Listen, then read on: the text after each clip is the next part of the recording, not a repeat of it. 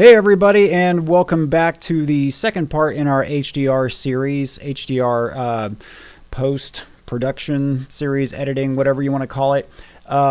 Instead of doing Lightroom this time, we are just going to, we're going to use straight up Photoshop. So basically just, I guess what I do is originally I go into Lightroom and then I export as original files. I go ahead and rename them just for references or reference purposes, but also put them in a separate subfolder away from, you know, the rest of the raw files. I don't do anything with them in Lightroom. We're just going to go straight into Photoshop with the originals. So the first thing you want to do is, the first thing we're going to do is go to File, and then we're going to go over to, I think it's Automate. Yes. So go down to Automate. Now, by the way, as you can see, I'm working in Photoshop CC 2018. It's not even 2018 yet. So merge to HDR Pro, and then under Source Files, we're going to go to just Files, or I guess excuse me, you can go into Folder, but so we're just going to click Browse, and then let's see here, where did I put them? There they are. So I went ahead and did 7 different images. They're all one stop apart. We went over this in the previous Lightroom video, HDR video. So we're just going to select all. Why did it only select one of them? Oh, there we go. Okay, so click Open and just double check to make sure. Yes. Attempt to automatically align source images. Now, if you're using a tripod, or you used a tripod, you don't have to do that. But since this was handheld for me because it was really cold that morning and I wanted to get it over with as quick as possible. Sorry, my voice is a little messed up this morning, just, whatever.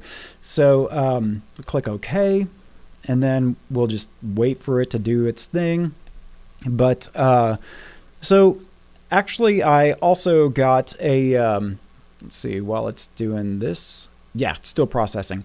So I spoke with Trey Ratcliffe. If you don't know who he is, I will put a link down in the description column. His website is stuckincustoms.com, mostly because he is a travel photographer, and every time he goes through the airport, they always stop him because of all the gear that he brings onto the airplane with him. So I just thought that was a clever name, but he's been doing this for years. In fact, one of his first images, I believe it was just an HDR image of here in Austin over the what's called the Pennybacker Bridge. And it was, it was a picture of 4th of July fireworks over the bridge. It's really, really beautiful. So if you haven't seen it before, definitely check it out. Okay, we're just going to go to Fit so you guys can actually see it. There we go. Okay, so now over here to the right, we have several different options. So the first one, for some reason it always defaults for me to custom, but we do have a little bit of lens flare here. I just want to see what it looks like if we click on remove ghosts, which is very appropriate since Halloween is right around the corner. Let's see. Okay, I didn't notice much. And okay, so we've got the original with some fog.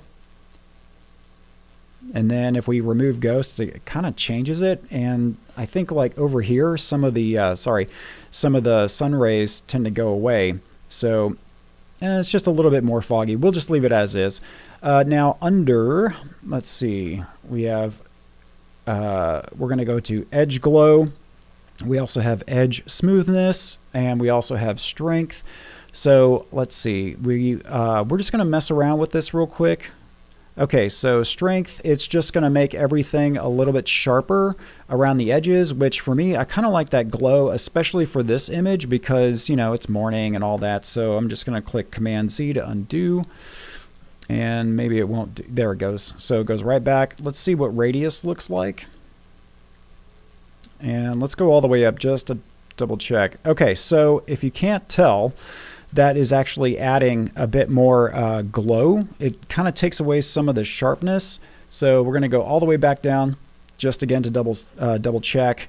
I'm losing a lot of the detail down here in the water. So we're going to go back up. And no. Okay, so we'll just leave it as is. Now tone and detail.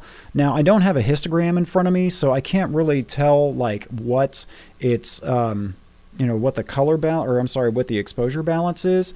So I'm just going to eyeball it. Let's see, we can go up with exposure, but I try to be careful because down here, yeah, see how you how the highlights just got totally, you know, blocked up. So we're going to undo that. And then let's see here. It went all the way back. Sorry, my computer is always really slow whenever I'm recording, so I apologize. Okay, so I think that was about where we were. We're going to leave exposure alone, tone and detail. Let's see. Okay, so that does add a little bit more punch. We're going to leave it as is. Okay, so now down here, you've got your curves over here. Oh, there's a histogram. This is new for me, so we're learning things together. Oh, whoa, okie dokie. And we'll just leave that alone because let's see here. Let's go to advanced, and we're going to go up a little bit, and that's kind of brightening up the shadows for us, which I kind of prefer because, I mean, what's the point of doing HDR if you can't see all the details in the entire spectrum? And then highlights. I believe if you go up, nope, it brings it way up. We're going to bring it down a little bit. Okay. Vibrance, yeah, definitely. Well, I mean, we could do saturation if we wanted, and that looks good, but I'm going to bring up the vibrance and see what that does. It's a little bit, you know, less, well, saturated, I guess is the way to put it. But you know what, just for the sake of this, we'll go back up to 20 just so that we can do it all in here instead of having to go back to hue saturation in Photoshop.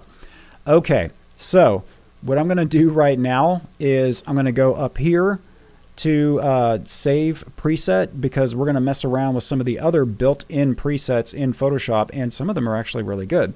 So we're going to go here. Now, after you save your preset, you'll just see it up here. It might switch back to custom, but anyways, it's going to be up here in the drop-down menu.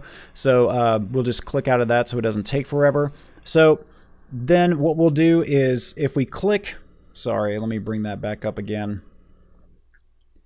So if we click OK, then it's gonna, you know, the image is gonna look exactly, you know, just like all the adjustments that we've made.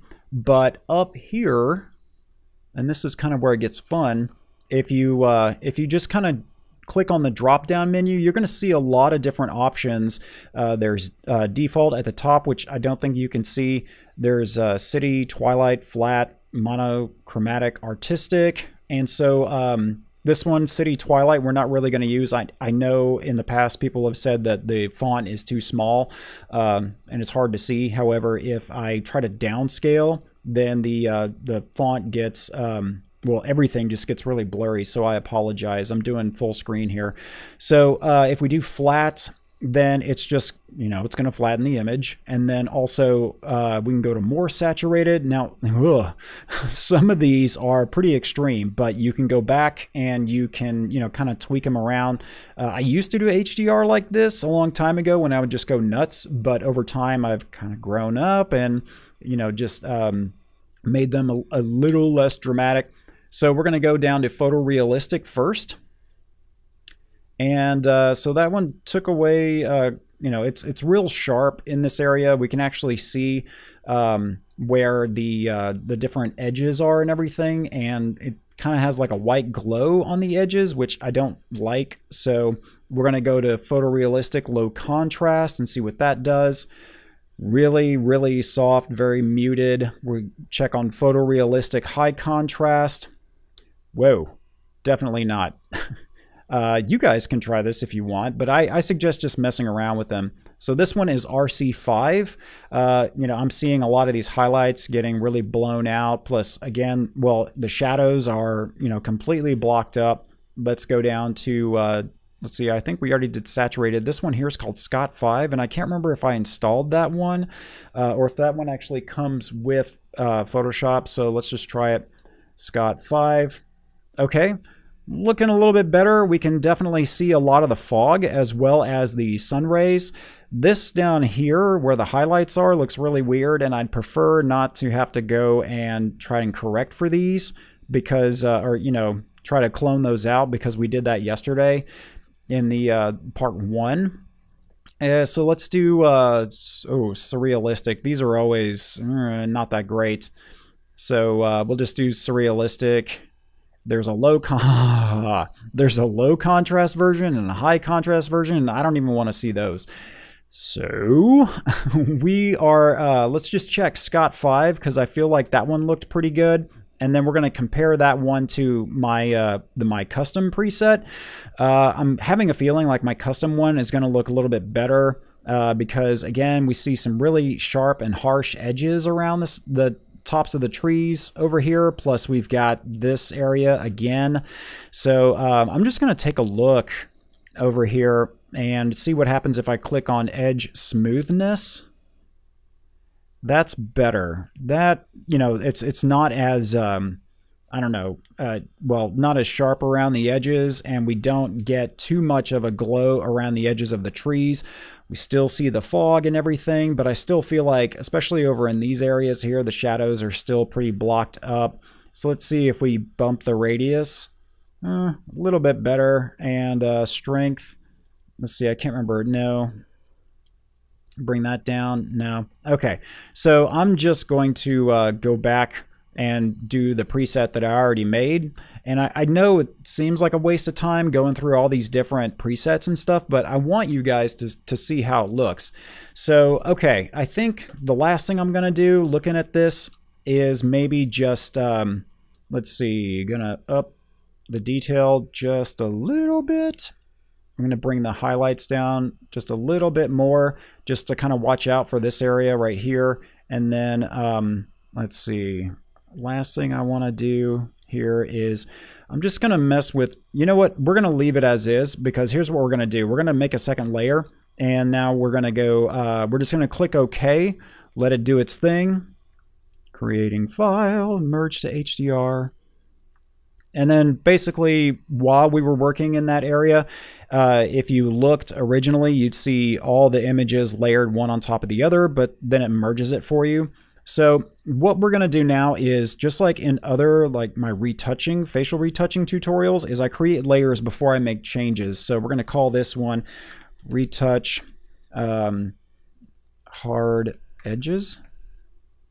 In my previous video, I actually prefer to just kind of, just going to go in here and then do Shift Delete.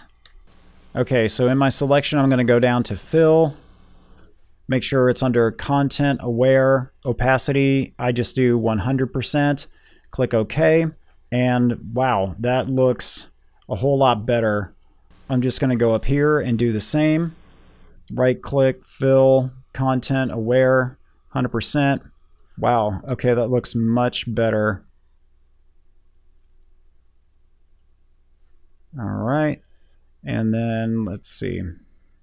Now I know yesterday I spent a whole lot of time retouching these little spots around here, so I may not do all that like I did yesterday because it took up too much time.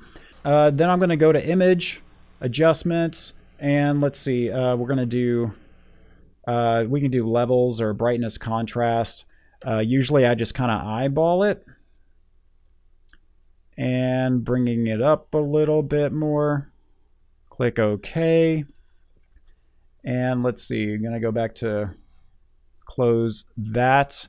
And then that's pretty much it. You can boost the contrast if you want, or you can spend more time going in here and just getting, you know, rid of these little guys right here. But like I said, my computer is kind of acting up. Anyways, so thank you guys for watching. So this was part 2 of doing HDR, but in Photoshop instead of in Lightroom. Let me know what your process is, if you've used Photoshop before. If you've learned something today, make sure to hit the like button. That always helps. And also, if you're new to the channel, make sure to subscribe if you want to see more upcoming videos. We are going to do, again, another HDR tutorial, a part 3, because Trey Ratcliffe, like I said, he sent us a copy of his HDR software, which I am very eager to try. So we're going to check that one out in the next video. And then also, if you want to be notified of the next, upcoming videos, just ring the bell next to the subscribe button. But other than that, thank you guys so much for watching. My name's Dustin Meyer, and I will see you in the next video.